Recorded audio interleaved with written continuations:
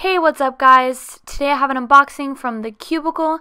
It's been a very long time since I've gotten any new cubes, so I was super excited to see this fairly large package on my doorstep.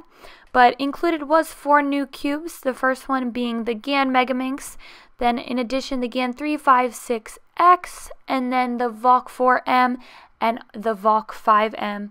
Then they also included some of their new lube. Now before I continue, I would like to thank the Cubicle.us for sending me these cubes. I will leave a link down below where you can purchase them. You can also get them at Nationals this weekend. So starting off with this lubricant, naturally when you quit cubing for 2 years and come back and you see a little package of lube like this, you're a little confused. But luckily they did include some instructions. So basically, to summarize the literature, reagent A on the left is silicone based and reagent B on the right is mixed with it to create a chemical reaction that causes it to have like a gliding feeling or to improve your cube. You start by putting 2 drops of reagent A into the puzzle. If you put too much, it can cause a very slow cube, so I've tried to be careful.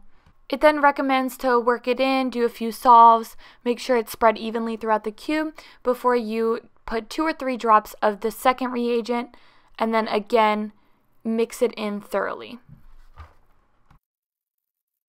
The cube used is a never been lubed GAN 356 from about 2 years ago, and my initial impressions on it was that it did speed the cube up, it did make it a little smoother. However, I let the cube sit for a few days and it definitely slowed it down. However, as you do more solves, it speeds back up. Getting right into the Valk4M, honestly, this packaging is more together than my life right now, so immediately I'm impressed. Included in the packaging is miscellaneous trading cards, and I wasn't really sure what their function was at first, but honestly, they're just beautiful pictures of the cube, and the cube really didn't have to pop off like that, but kind of nifty. Then also included was a microfiber cloth. Again, with the beautiful packaging within the packaging, there is some extra springs that were included. But getting more into the actual details of the cube, I did initially think that it was a little bit smaller than what I was used to. However, in comparison to a Yushin, it was in fact the same size at 60 millimeters. Getting into the actual turning on this puzzle, it was definitely locking up on me quite a bit, especially on the outer layers. However, I can attribute this partially to the fact that the tensions were quite tight out of the box, but in addition, the feeling of the cube itself was kind of dry, a little bit scratchy. However, for the most part, when cubes start out with this feeling, it tends to wear off and become smooth, so hoping for that to occur. Just like the Valk4, this puzzle did come beautifully packaged with those trading cards included, and I guess I was really kind of losing it because I thought all these cubes felt smaller than they were, but this puzzle is 62 millimeters, so pretty standard. The feeling of this cube also was fairly similar. It was dry, a little bit scratchy. The inner layers were slightly more locky for me than the outer layers. The outer layers were extremely smooth. It also was quite a fast cube out of the box, which I'm a big fan of because I don't like to put a lot of effort into my turning. Also, as predicted with the 4x4, I feel as if that scratchy, a little bit dry feeling definitely was going to work its way out and become more smooth the more solves I did on the puzzle. However, I will probably add a little bit of lube into this just to make it a little bit less scratchy. Honestly, if you get anything out of this video, it will be that this packaging on these cubes is fantastic. They've really stepped up their game, including the plastic boxes with each of these cubes. But also included with the GAN 356X was a bunch of accessories. The obvious hype of this puzzle is that you can change the strength of the magnets, and included is yellow, which is medium, green, which is weak, and then the clear, which is no magnets. And then it does have the GES system that you can also interchange. The magnets that came installed in the puzzle are the stronger magnets, and upon doing first turns, you definitely have that buttery smooth feeling of the GAN puzzle. I wasn't getting too much locking, and you can tell that the magnets are a bit stronger.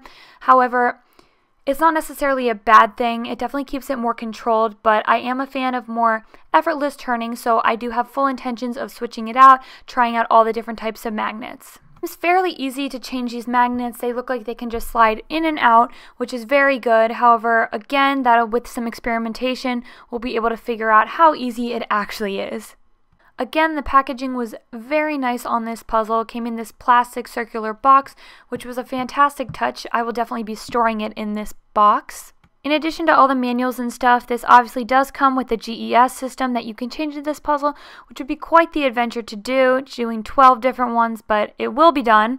And then also this nice microfiber bag.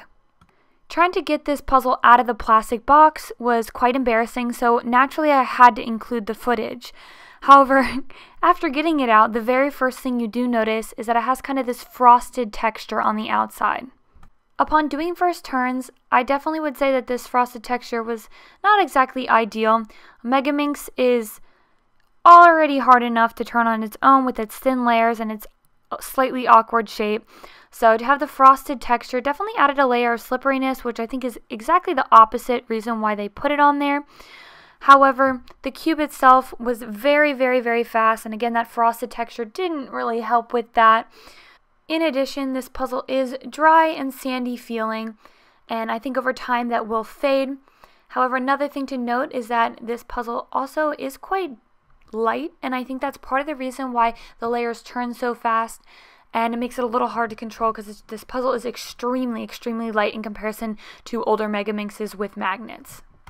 Now that's all for my unboxing on these puzzles. I will link you to the Cubicle down below if you're interested in purchasing them, or if you're going to Nationals this weekend, they will be vending there.